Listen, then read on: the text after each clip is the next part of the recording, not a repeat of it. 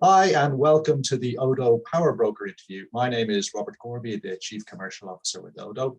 Delighted to say that today I'm joined by Paul Watts-Barnes of Blue Poppy. Hi, Paul.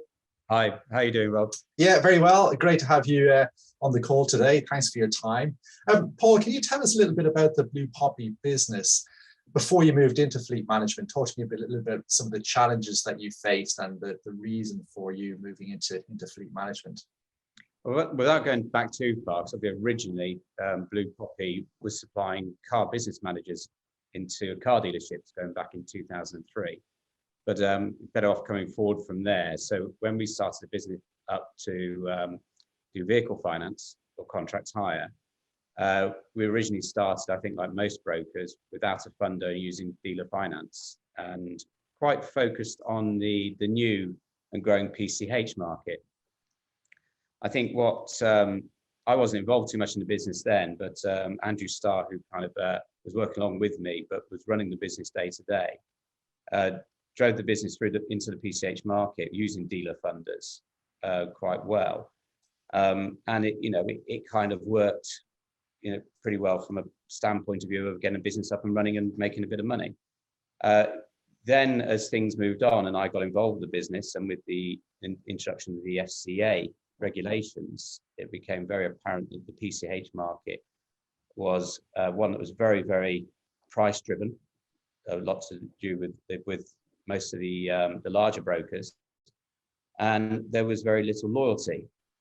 So my background being predominantly fleet, and with Ford going back, nearly over 25 years, we made the decision to move forward as a B2B company focusing on business contract hire. One of the key elements of the B2B market is knowing your customer.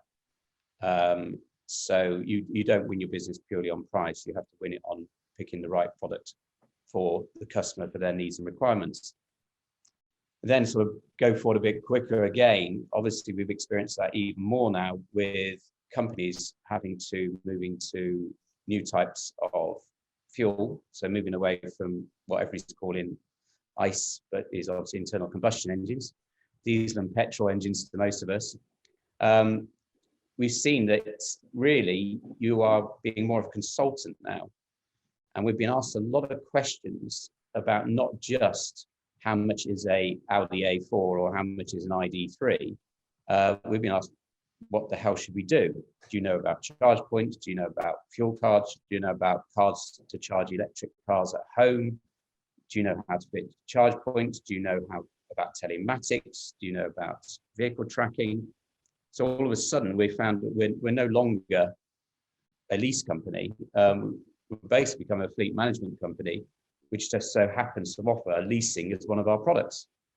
Okay, so a complete flip really from a leasing company that offers fleet management to a fleet management company that offers leasing.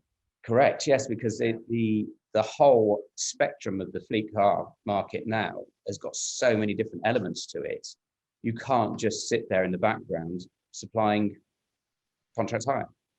Yeah. There's no way of doing it now, because you'll end up providing the wrong product for the wrong use, whether it be a car or a van, which is going to end up costing the customer money. So you have to have a lot more information up front and know a lot more about that customer's fleet, and also a lot more about where that customer's business is going in the future. And what are some of the challenges that you faced in making that change? And I appreciate you're in the middle of that transformation, but what are some of the challenges that you face in making that switch and that transformation? One of the key things is knowledge, and also filtering through all the different providers.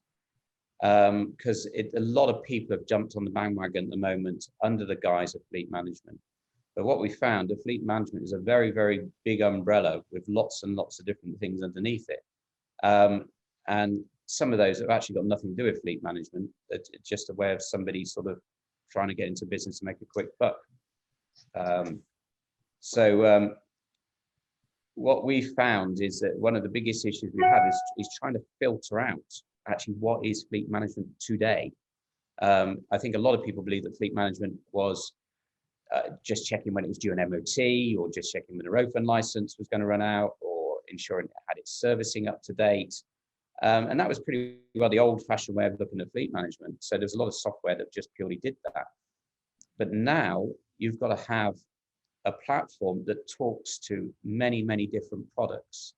I think a good way of explaining where we see it, or definitely where I see it, if you use something like Xero to do your accounts, for example, if you delve into the partners element of it, you'll see there's all these different apps that were linked to Xero.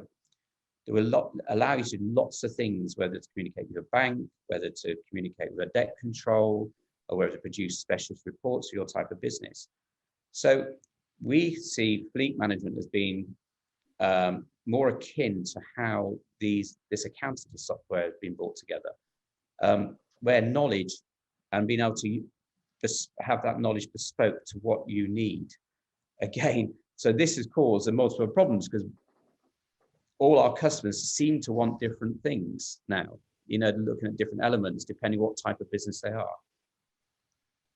And in terms of the solution you've chosen in ODO, tell us a little bit about how you came to that decision and what benefits you see in terms of the platform choice you made. The key that we obviously spoke to quite a few providers. What I think the key element was the product that was there was robust, and that's the thing, and it had history. So in its past, so it kind of did what it said on the box. That was one thing, but the most important thing was the flexibility to look at adding new elements to it, and not being frightened of looking at what the system can do over and beyond what it does today. Mm-hmm. And I think that is the key element of how we've come to the opinion of going ahead with ODO. I mean, even the next few weeks, as you know, we've got several meetings set up where we're looking at various partners now to look at how we can have APIs to transfer information backwards and forwards. There isn't anybody else on the market. Everybody else seems to want to sort of just keep everything within their own environment, which I don't think is good enough for the future. I think sharing is key, and ODO are definitely open-minded to that. Yeah, certainly. We take the opinion of an ecosystem. It's about an ecosystem. It's not about just one particular platform. You've got to have an open kind of approach to having that ecosystem and building it out, and that does give you that flexibility. And Paul, tell me a little bit about, obviously, as you build out your capabilities and you have got the platform in place. Tell us a bit about how you've had to change your team and your business in terms of from a resourcing point of view. One of the key elements has been moving away from traditional motor trade staff and definitely sales type staff to a much younger generation of where the communication is key to them, and using different methods of communication, linking that communication together. Also where their minds are still fairly, I'm not going to say empty, but I think more accepting and able to adapt to looking at different ways of doing things, because a lot of what we're doing is new, and so everything we do has to be a collaboration, and it can't be I don't know all the answers, my colleagues Claire and Andrew don't know all the answers, but together we will be able to work the answers out together. So we've got the benefit of sort of old knowledge, which is myself, Andrew and Claire, but then you've got the young knowledge, which is the Gemmas, the Adrians, the Eleanors, who will then see it from their point of view, and we'll then bring it together to come up with a solution. Yeah, and there's a number of brokers out there who are probably in a similar situation to you a number of months ago, who are thinking, gosh, we need to make this change. We need to change our business. What sort of advice would you give to those who are on the cusp of making the change, but might be a bit reluctant or hesitant?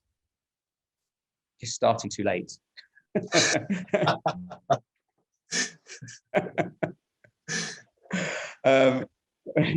I just at the moment you've got to make the leap now. I actually think the leasing market is going to become a lot tighter now. I think the funders are going to be looking at quality of business, not quantity of business. So you've got to look at, you've really got to look at what your customer base is and whether you can make that move. I think if you've got, and I don't want to sound arrogant, but we obviously made the move to go B2B 3 years ago. Yeah, which has enabled us to move into the fleet management market because we've already got a ready customer base with some quite substantial fleets there to move into. Whereas if you've been predominantly PCH, which a lot of brokers have been, it's going to be very difficult to move into the B2B marketplace, because you can't just advertise a rental at price. You've got to start getting out, speaking to these people and understanding the market moving into. So I think, first of all, you would look at what your customer base looks like. And I would start going out and talking to those fleet customers you have got on board now, and start having a conversation with them and see what they're looking for. Mm-hmm. And then I think you'll probably find very quickly that the platforms such as ODO is what they are looking for. They want to understand what they've got to then decide what they're going to do moving forward. Yeah, I give them that flexibility, that future-proofing flexibility, I guess, as well. Yes, because whatever decisions you make now, especially with all the benefit in kind changes, as well as all the drivetrain changes, fuel prices going through the roof at the moment. So you've got costings of transportations are going up. So you're going to have to, if you're a fleet user, if you're running a fleet of vehicles, you've got to start planning now for the next 5 years, because the market's changing. It hasn't changed for 25 years. Yeah, that's a key thing. We've known the same market, give or take, catalytic converters and a few other bits and pieces, satellite navigation, but there's never been anything as dynamic as the market we're going into now, and still no proven solutions. Yeah, and what would if you look ahead to those sort of next 3 to 5 years, what are you most excited about? What sort of change is most of interest to you, and you're really looking forward to getting stuck into? Getting away from price-led competition. I think one of the biggest changes we're going to see is where now we use data to pick the right vehicles for the right job. Mm-hmm. So I think we will be looking at almost like a vehicle model of sort of job model, and then we will match a vehicle to what that job is required, what that vehicle is required to do within that job. So I find that really exciting. I think I mentioned a bit like the accountancy software like Xero. I think really exciting is going to be the smaller companies can start adding little apps or little modules that can help businesses do certain things much better and more efficiently. So that's not just finding charge points, but how they can deliver things more efficiently, how they can reduce. I mean, a key one, obviously, which is very much close to our heart, is the drive to zero. Yeah, absolutely. So carbon neutrality. I mean, we're working with several partners regards to that, and vehicles are a key part. And especially now that you've even got to include how your staff travel to and from work into your carbon count. That's going to become really exciting, I think. And communication, where we're all talking, because there is no one solution, we're all talking. And I think there's going to be through collaboration, through communication, there's going to be some ideas that are going to come out that nobody would have thought of. So yeah, I guess the most exciting part is innovation and communication. I think, which is right up my field. So yeah, absolutely. And I must say, from our perspective, it's a pleasure working with you and your Blue Poppy team as we kind of develop continue to develop our ecosystem as well, and deliver that sort of flexible solutions that you and your customers need. Paul, thank you very much for your time. Really appreciate it. Great to speak, and look forward to working with you over the months and years ahead as you scale and transform the business. Great. Thank you very much, Rob. Cheers. Thank you. Cheers.